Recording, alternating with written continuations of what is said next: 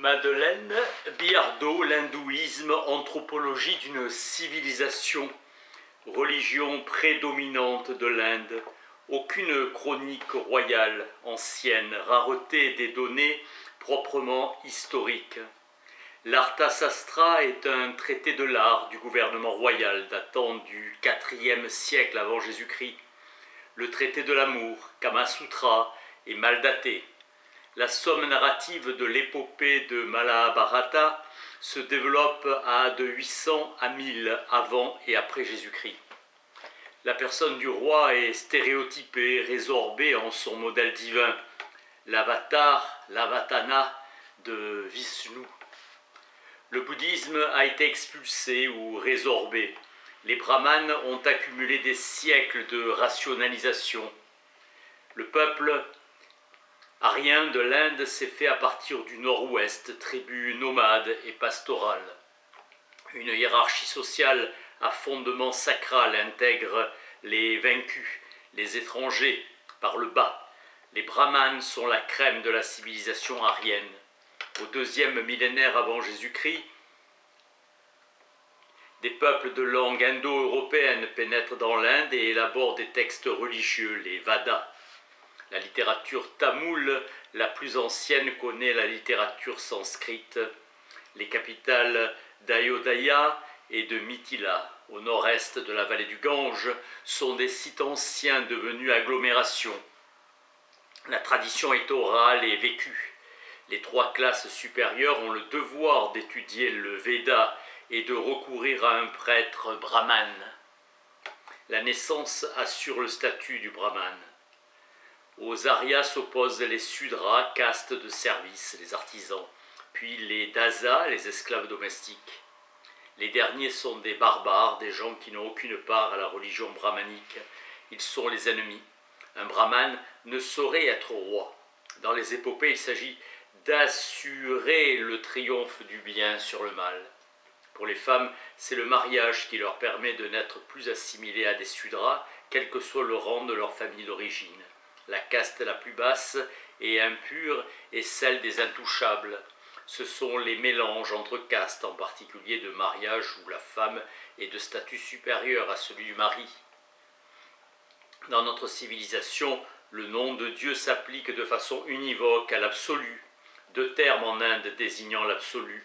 L'absolu hindou est Brahman, et il est l'être pur, conscience pure, illimitée et béatitude. Le corrélat humain de l'absolu, l'Atman, soi-même, le principe immortel qui est appelé à se délivrer du corps pour atteindre la parfaite identité avec le Brahman. Ce qui le change, c'est le lien qu'il entretient par ses actes, Karman, avec ce bas monde. Le Brahman est tout, mais tout n'est pas Brahman. Le contresens est de parler de panthéisme hindou. Le délivré retrouve le tout, mais ce tout n'est pas celui d'une perception. Le Kshatriya est le sacrifiant par excellence. Le Brahman est l'indifférencié. La recherche de l'absolu hors du groupe social ressemble au désert des premiers anachorètes chrétiens.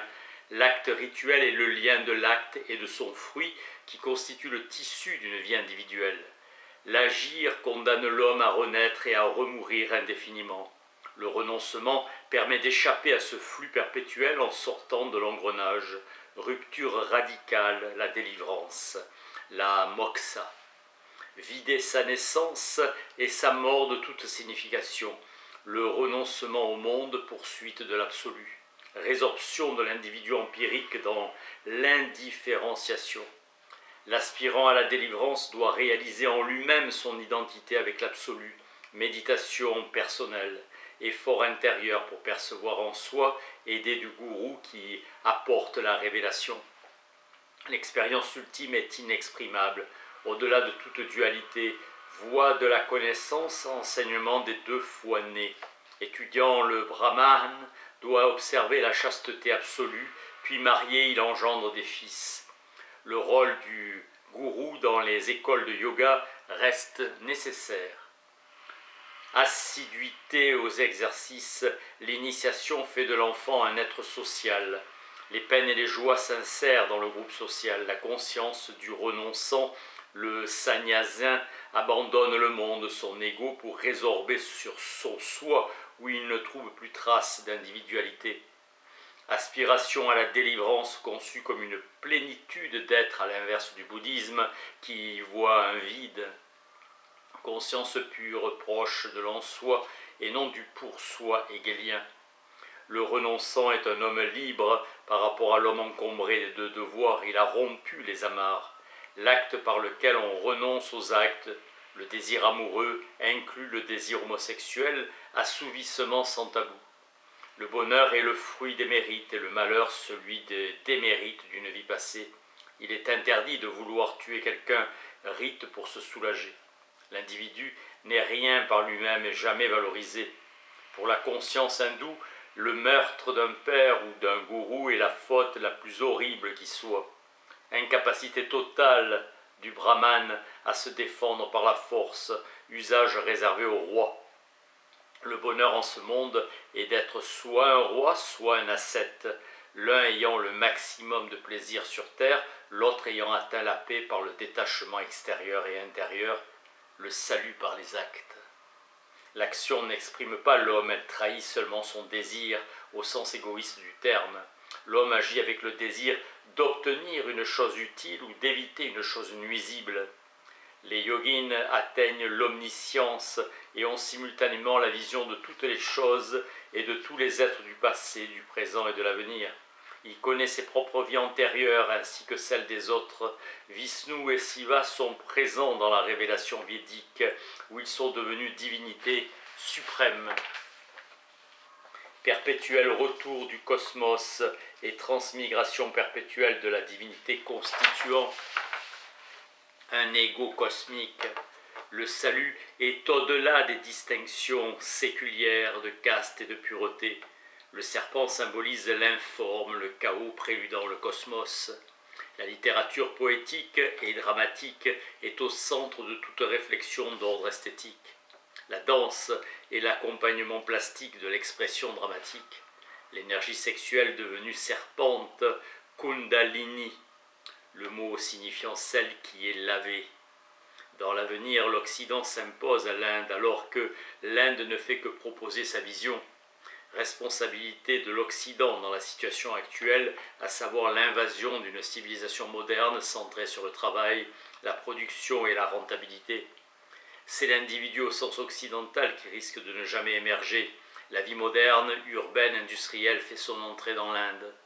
Le Dieu suprême, le grand yogin dans sa forme la plus haute, met au service du prince toute sa propre puissance, n'hésitant pas à jouer de sa puissance d'illusion contre celle du démon.